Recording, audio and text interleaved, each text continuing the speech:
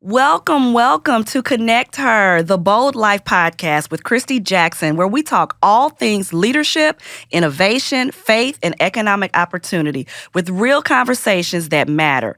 I am your host, Kristy Jackson. I'm an entrepreneur, I'm a speaker, and I'm your go-to connector for stepping into your big, bold purpose. Now, here's the tea. Here, we keep it warm, authentic, and unapologetically real because playing small is not an option. Today's a special episode because I am catching up. I feel like this is a full circle conversation because I have a very special guest here today, my friend, Jennifer Barto, who is an amazing leader of this fearless community called Grit. We're going to have a real conversation around the power of grit, how grit can be a lifesaver for women, right? And I just kind of want to get started by catching up. Like, what's going on, Jen? And and I will say we did say this. Like, the last time that we chatted over a podcast was 2021. And it is now 2025. Yes. We got a lot to catch up on. Yes, we do. Yes. So what's been up with you, Jennifer? My goodness. I have published 6 international bestselling anthologies, helping over 240 women share their stories of grit and how to not only have grit, but live well with grit, which was the last publication that I released in December.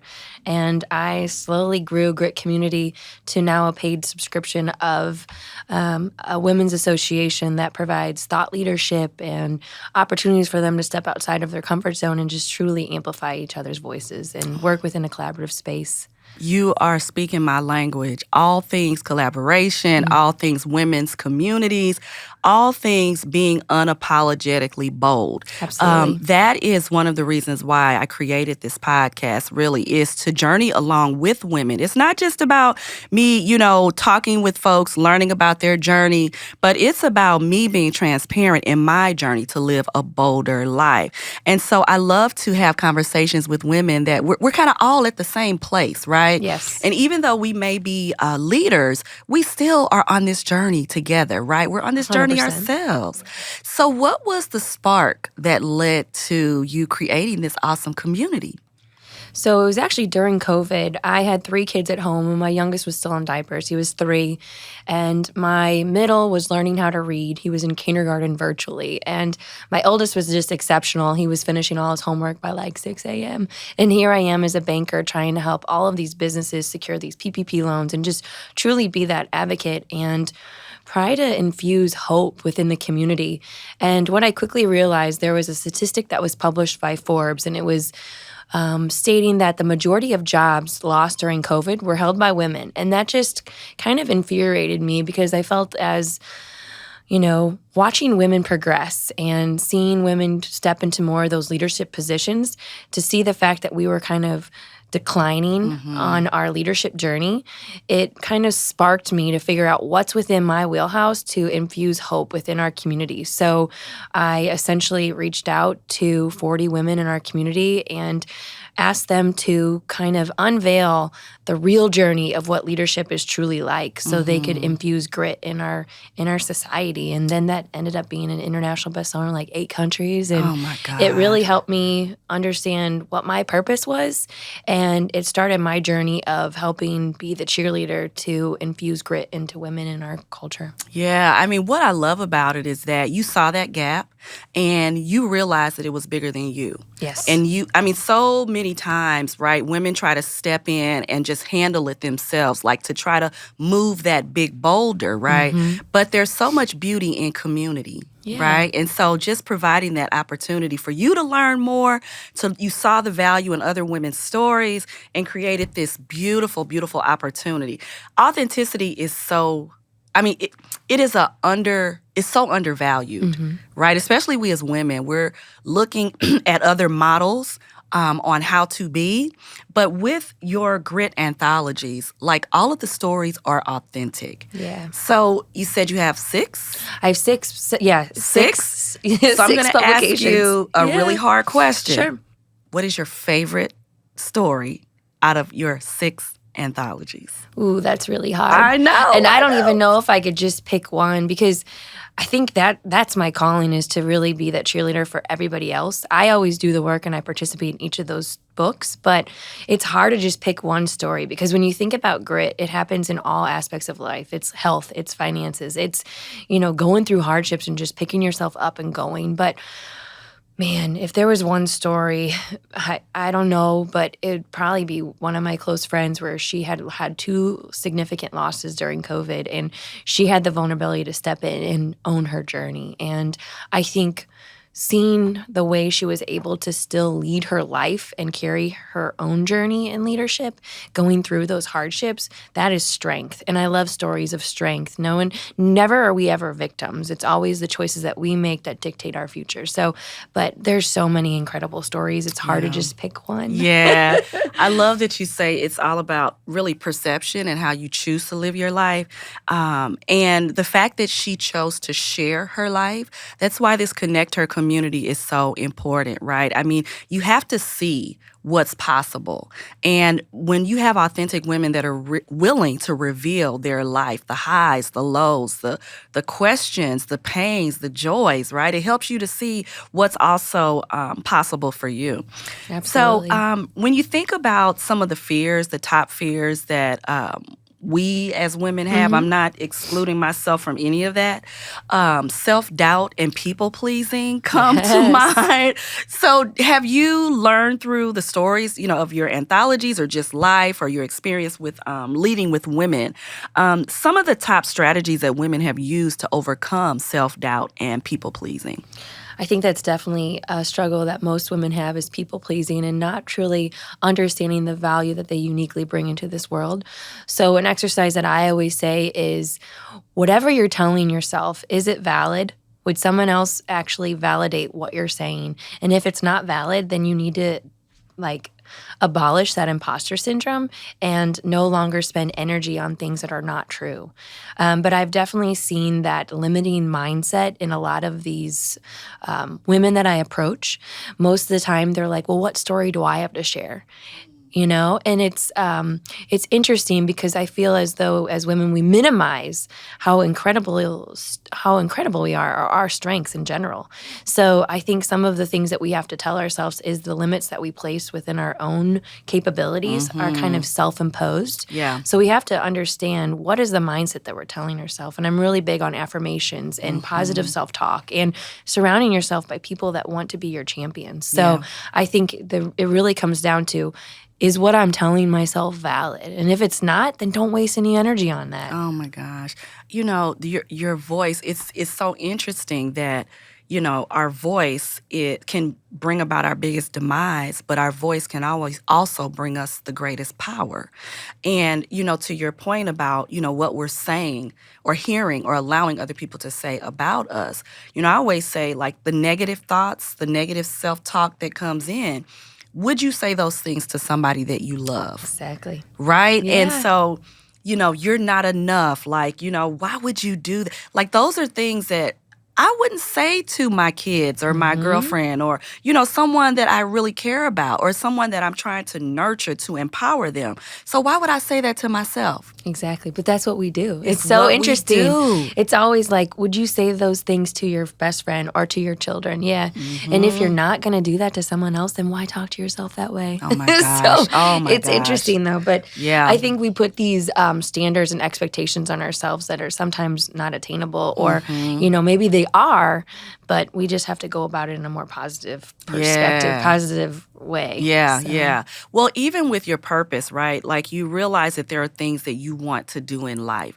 And there are folks that, realize this and they just realize it, and they don't do anything about it. That brings to mind this joke that says, there are 4 frogs on a log. One of them, or how many jumped off the log, and it's like, Well, none of them, because they were just on the log. I've just totally messed that up. But those that are listening or watching, you guys can look it up. But you'll get my point. Yeah. It's not just about the awareness. You have to Right. do something, Exactly. right? Yeah. So I want to talk a little bit about your process in bringing together the anthologies. There are going to be so many women, so many folks that are listening that may have a book idea, and they just don't know where to start. Yeah. So I would say follow your heart. Figure out what is your purpose. What are you passionate about?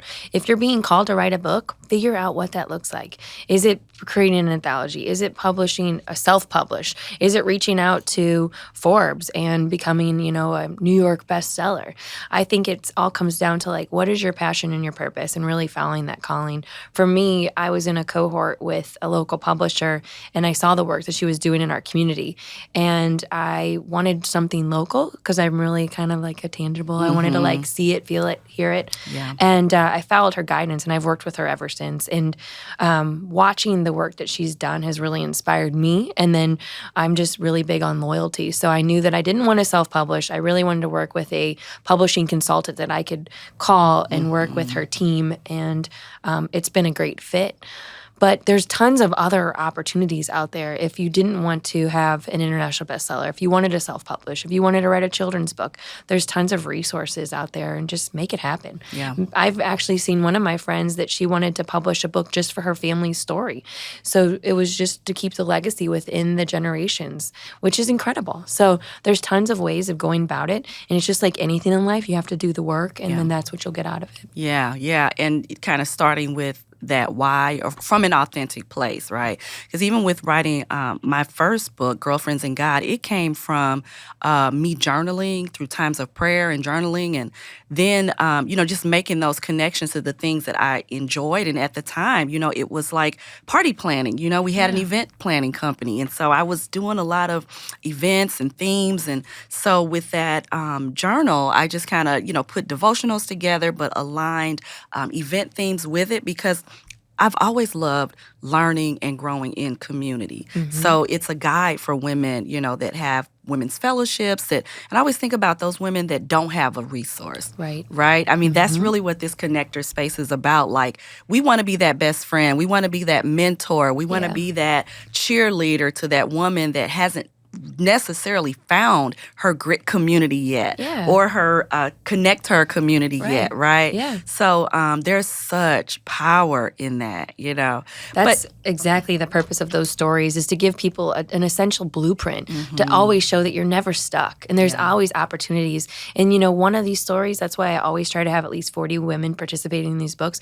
Hopefully one of those stories resonate with the reader, so then they can find another opportunity of how to grow, or what fits, or they can define different similarities in these people's stories that they would never have known that they could relate on. Yeah. That is one of the, I guess the safest ways that I enjoy, like, sharing my story is through writing. And my book, Dream, Sync, Launch, is also a entrepreneurship manual, I would say, with our framework. But my story is embedded in there. It talks about the entrepreneurial journey. Like, you start with this pie in the sky dream. You think it's going to just happen because you dream it.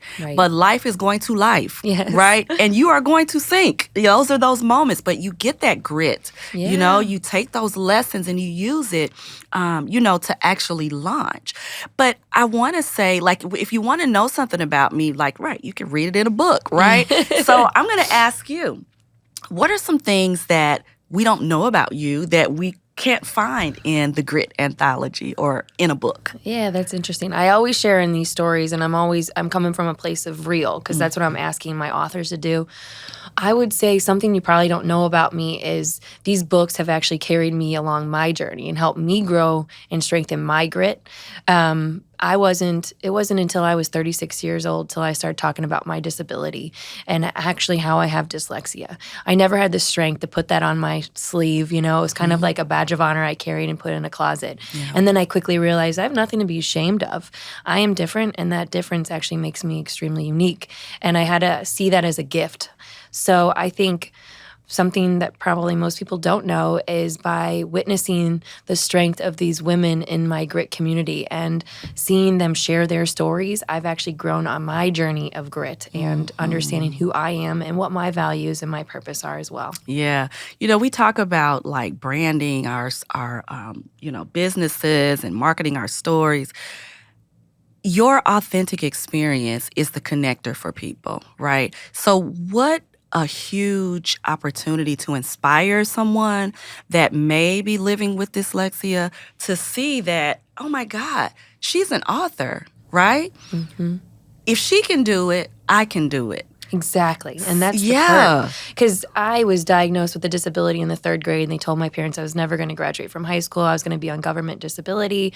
And my mom was always my backbone. And if I would have allowed those naysayers to actually infuse that negativity into my life, I don't think I would have achieved the things that I have. Yeah. But I've always had a supportive system that really gave me the strength and the courage to fight through the hard. You know, school was never easy for me. And I went on to become first-generation college student. I went on and got my master's. And if I didn't have my mom being my champion, my family at home cheering me on, I don't think I would have gotten to where I was. So that's why I love a supportive, collaborative community, because I think those are the tools that we need to truly live out our best life and fulfill what we are meant to do on this earth. Yeah, and we're meant to do it together. Exactly. Right? I mean, we just have to face the facts.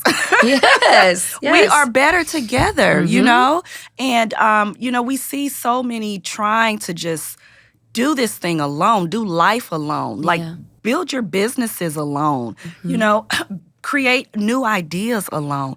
But how much better, how much more impactful can it be when you can do it together, It's right? a heck of a lot more fun. It's a heck of a lot more fun. Yes. I totally agree. It's like, yes, I can do it alone, but it's so much better, right? Yeah. And there's even a scripture that talks about that. Like, one can chase, 10,000, but together you can chase multiple thousands, Yes. right? We've been able to change so many lives. I just think through our stories. I love when I have someone reach out to me on LinkedIn and tell me about how they've personally been impacted by a story that they read or a keynote that they heard or just a woman's story who stepped out of her comfort zone to participate in these anthologies. That's the power of grit, and it's incredible. Yeah. It's well beyond me. Yeah. So how do women get connected with the grit community? And I'm really curious about, like, how do you build the community around the book? Yeah. So the women that are a part of these authors, I have a special group. It's called Deconstructing Grit, and it's on Facebook. So all of the authors can stay in community.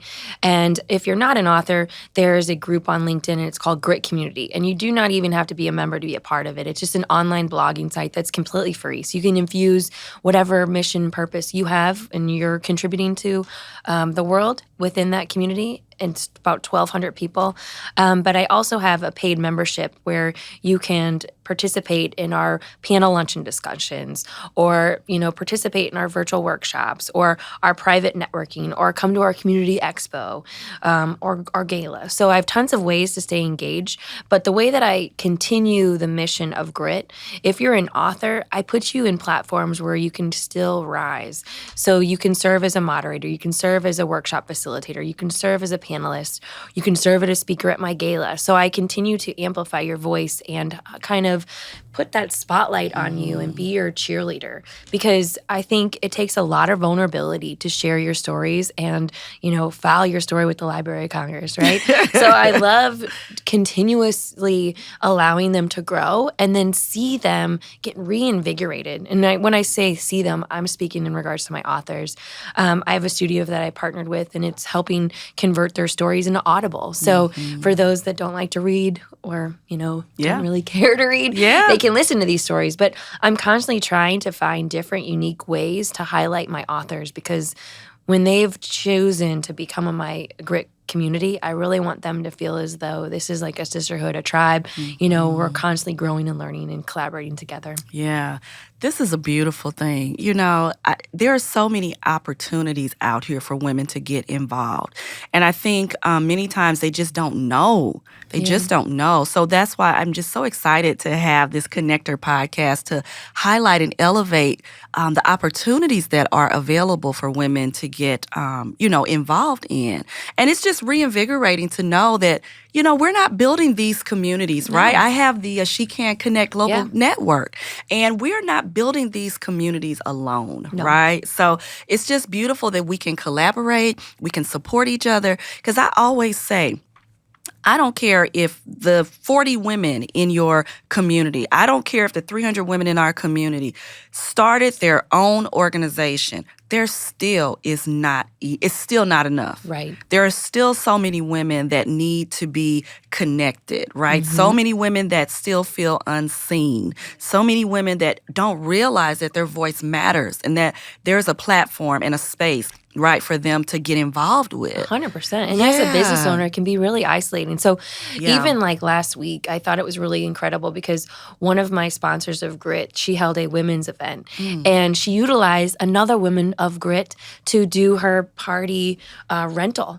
utilize her party rental business. And I was like, that is what it's about. Intentionally supporting one another and learning how to strategically collaborate. Yeah. And it's just powerful once you see those connections actually making an impact. Yes. It's the ripple effect. Exactly. And that, that means so much to us here, right? This ConnectHER community is all about not just taking in information, but what are you going to do with it? How are you going to pay it forward, right? So that brings me to my ConnectHER question, highlight, right?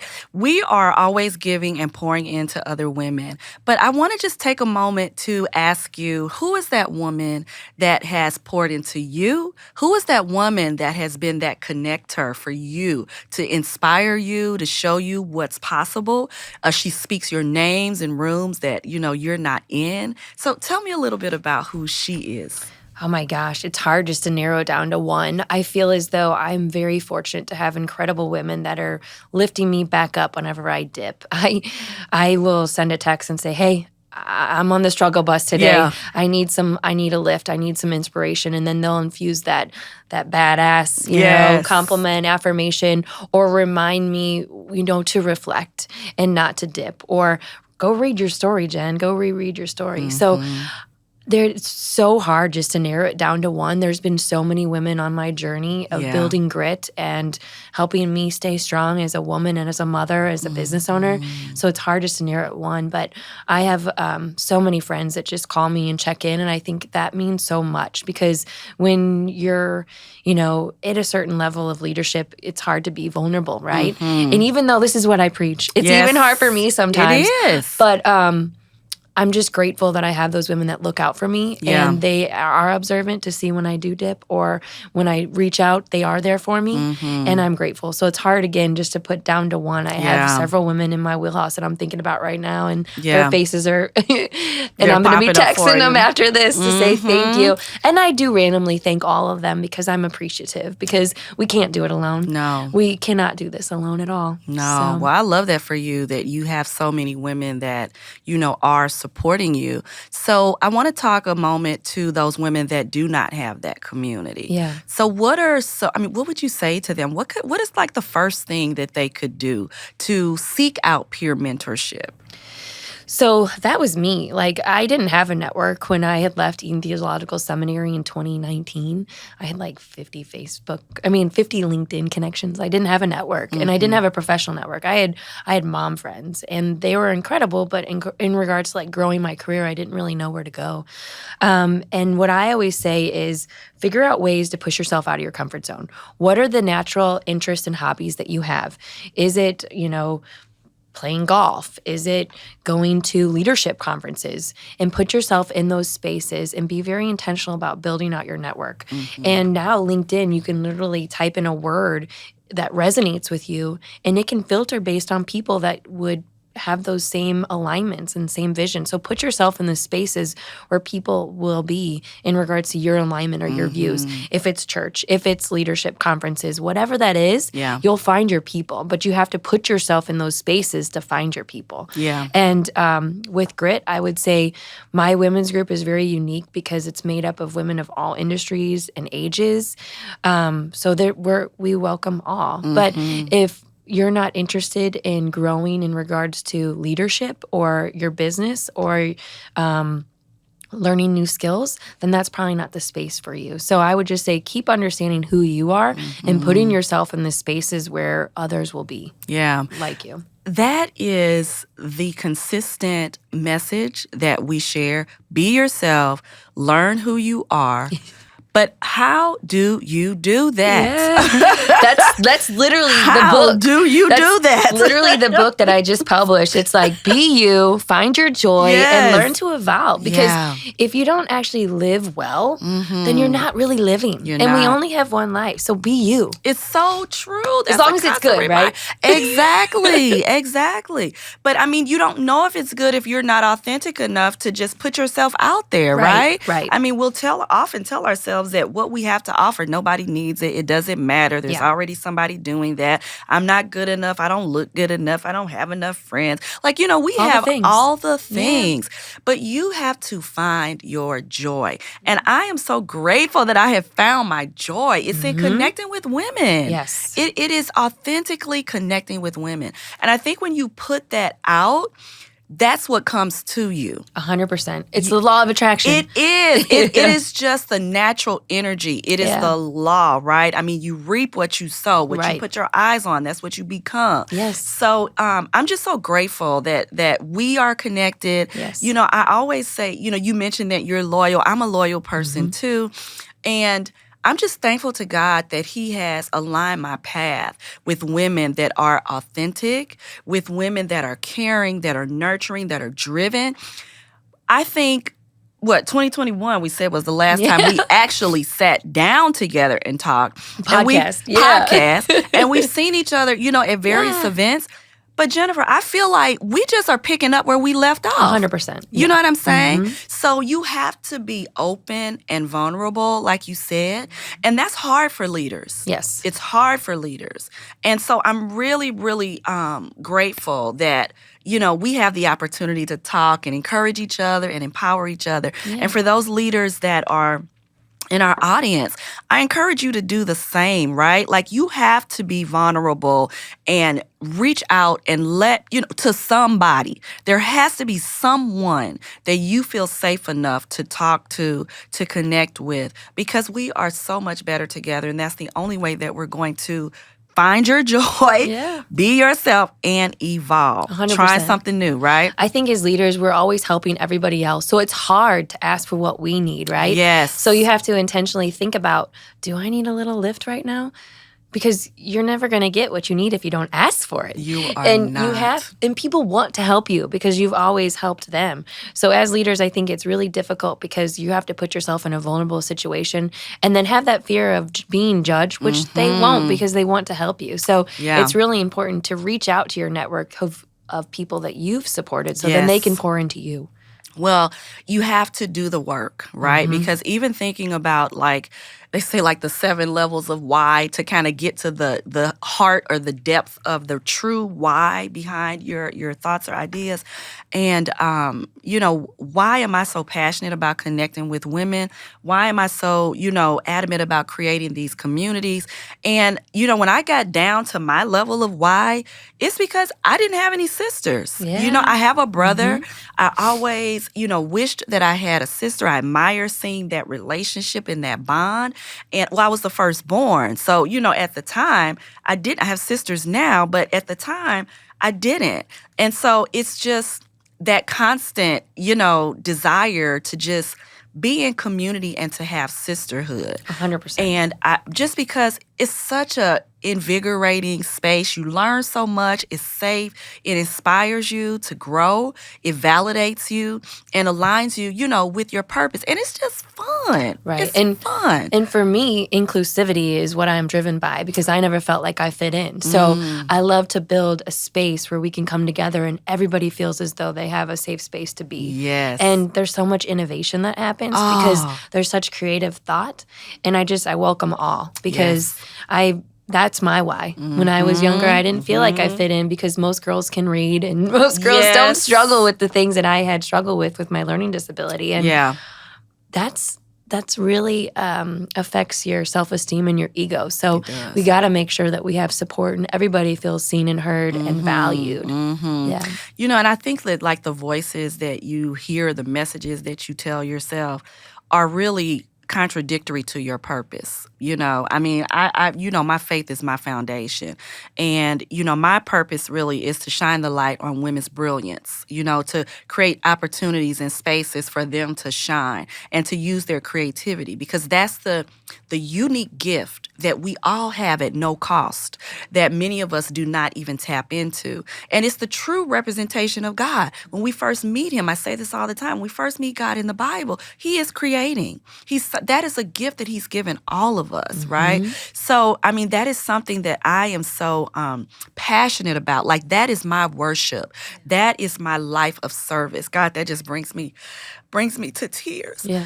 Because it's such a simple act to say, I see you, Right. I celebrate you. How can I help you bring out that idea or that passion or that gift and use the platform that I have to help to share your story? That's beautiful. So, oh my gosh, it's a blessing to find your purpose. So I encourage. 100%.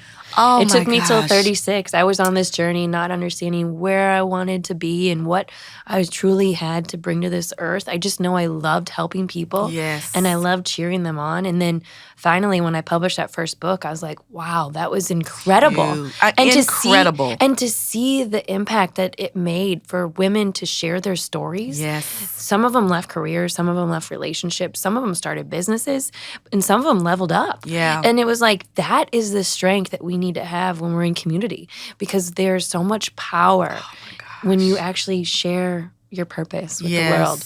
And I love this work, and I feel blessed. I feel blessed to be able to have published 6 books and have people trust me with their stories and watch them rise. Yes. And support them on that journey. And it's been incredible.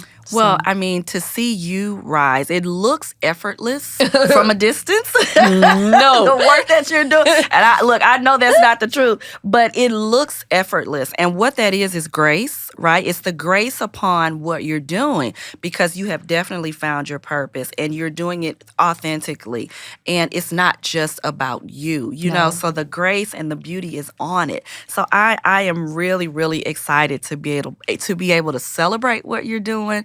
I look forward to us collaborating. I know that's going to happen in hopefully the very near future. We have some exciting expansions that are coming, with our women's organization, She Can Connect Global Network, that I just cannot wait to share very soon. But, this platform, ConnectHER, is really about my personal growth. Kristy Jackson, the woman, Kristy Jackson, the follower of Christ, Kristy Jackson, the innovator, Kristy Jackson, the entrepreneur, the leader, the sister, the wife, the mom, right? And I am on a journey to live my boldest life. People say, I don't know how you do it. I don't know when you sleep, all the things that you're doing. You ain't seen nothing yet. Because let me tell you, when we tap into and when we are intentional about living our boldest life, the sky is beyond the limit. So you might see me out. If people don't know this about me, I love interior design and decor. And so I'm going to be taking some classes. If there are some listeners out there, some, viewers or someone in our audience that teaches interior design or has, I would love to just shadow people. Like, I'm a Libra. So I love pretty things, right? I love to travel. I mean, I love good food. I love wine. So these are the things that I'm also going to be talking about, on this platform. Like, how can I learn more about who I am as a woman? I need hobbies. Girl, I'm trying to discover what hobbies I want to dig into and enjoy. So this is a journey, and I just hope all of our audience will, just stay on this path together as I'm discovering who I am, you're discovering more about who you are, and to pay it forward. I love that. I'm big into fashion, and it's funny once you go down that path, because now I have a jewelry line called Jennifer Barto Signatures, and I partnered with a friend of mine from high school, and he designed, I am actually wearing the jewelry right now. It's a grit necklace, beautiful. So it actually says growth, resilience, intention, tenacity, and I have a gold one, but it also comes in rose gold and silver, but they have a whole collection that they've designed, and it's incredible once you find out the other things you're passionate about. I have grit gear, I have Love a clothing clothing line. Yes. So I have like women who actually want to wear grit and like have their their Carhartt coat or a hoodie or a sweatshirt or a tumbler. And it's like once you figure out the things that you're really passionate about, it's not just about the community. It's not just about the books. It's not just about lifting other people up. It's also about figuring out your path and your journey on that destination. And it's constantly evolving. It's constantly evolving. I would probably love to own a shoe line because all of my books have shoes on the covers. They do. So, yes, they do. That would be big time dreams. But I hear what you're saying. So I'm excited to see what you unveil with your interior designing passion. Well, it's going to come. I like to kind of I don't always like put all my ideas out there, but I'm going to put this out because my mentor told me that I am a manifesting generator. Love it. So I am going to be the next female Franklin Covey. You're going to see ConnectHER products for women that are living a bold life, and life is leadership, innovation, faith, and entrepreneurship. So we will have products that are curated and designed and experiences for those women. So that's what you're going to see next from me. But I'm going to share one of the products that I've created that I've even built live events around, my ConnectHER cards. I don't know if you've had a chance to use those, but they're awesome for like networking prompts. They're conversation starters. We use them for journal prompts and idea generators. So what you do is I'm going to ask you to pick a card, and you'll see a picture on that card. I remember doing something like this when I went to your workshop. Yes. I want you to take a look, and I want you to describe the card, and I want you to tell me how that image speaks to a strength or a struggle that you are working to overcome. Well, I would say this looks like a teacher to me. And she actually looks passionate about her role because she has a smile on her face and she just looks engaged with the way the eye contact is. And the background looks as though it might be elementary just because there's lots of colors and there's words. And then there's also an easel and it says, how many questions complete daily? So it looks as though they're kind of going over a task. And I would say my trigger is when I was in the 3rd grade, the educator was the one that labeled me, saying that I wasn't going to be capable of achieving great things.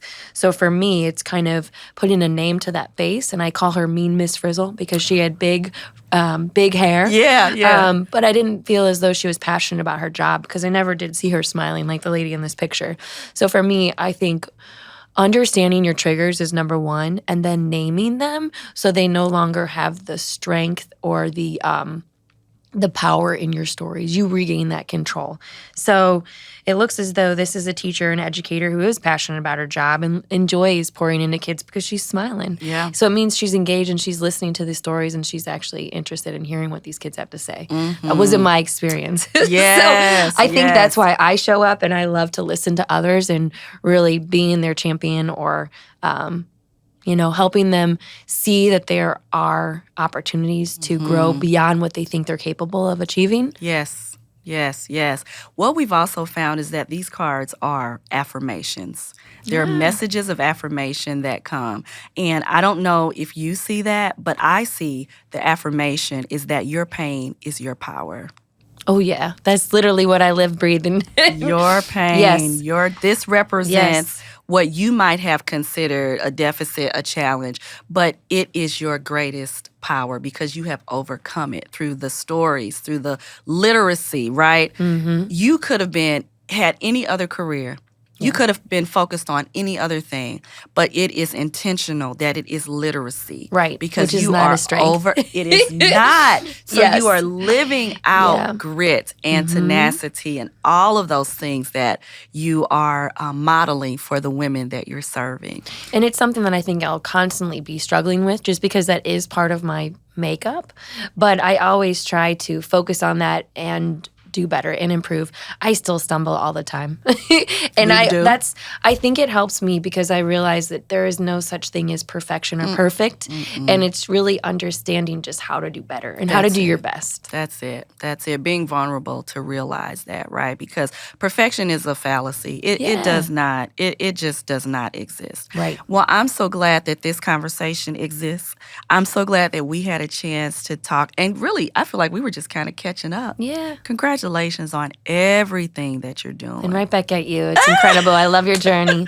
We're going to keep doing it together, yes, right? There's so many women that we still are yet to help, right? Mm-hmm. So we're doing this together. Was this good? I really hope that you enjoyed today's episode. So many nuggets. I hope you had your notepad or your notes on your phone or your iPad to kind of take away what are the action steps that you're going to take as a result of something that you heard today. As I said earlier, it's not just about listening to our stories and learning from our lessons, but what action are you going to take? What bold step are you going to take towards something that scares you, right? Something that is bigger than you. So if you love today's episode, do me a favor. Would you please subscribe, leave a review, and be a connector by sharing this episode with someone? And remember, your bold life is waiting. It's just waiting for you to say yes to it. So until next time, stay bold, stay fearless, and be a connector.